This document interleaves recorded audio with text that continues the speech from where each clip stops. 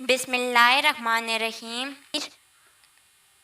Baghdad के एक बादशाह के वज़ीर ने अचानक नौकरी करने से इनकार कर दिया और दुनिया से किनारा कश होकर खुदा की इबादत में मगन हो गया। बादशाह को इस वज़ीर पर बड़ी हैरानी हुई और बादशाह ने उसके पास जाकर कहा कि अगर कोई ज़्यादती हुई है तो बताओ, किसी ने कुछ कहा तो बताओ, यूँ अचानक वजारत छोड़ने की वजह क्या है। वज़ीर ने बादशाह से कहा, मेरी वजारत छोड़ने की 6 वजूहात हैं। नंबर 1, तुम बैठे रहते हो और हम आपके अदब में खड़े रहते हैं, और अब मैं जिस बादशाह का ग़ुलाम हूँ इसकी इबादत यानी नमाज में भी बैठने का हुक्म है।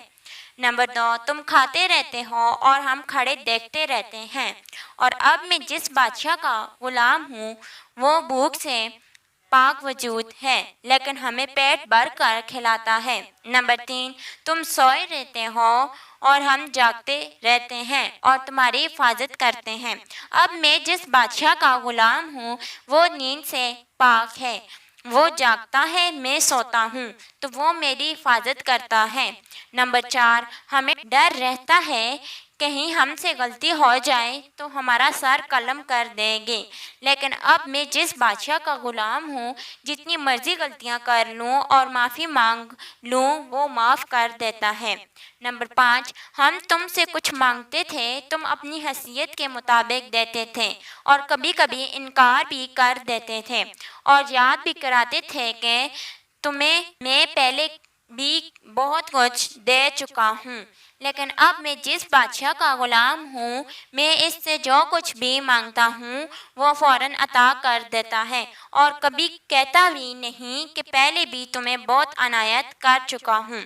नंबर 6, हमें हमेशा ये डर रहता है कि कोई दूसरा बादशाह तुम्हें शिकस्त देकर तुम्हें कत्ल करके हमें कैदी कर ले या हमें भी मार ना दे, लेकिन अब मैं जिस बादशाह का ग़ुलाम हूँ वो ऐसा बादशाह है कि कोई इसे शिकस्त दे ही नहीं सकता, बल्कि सारी दुनिया में इसी की बादशाही है।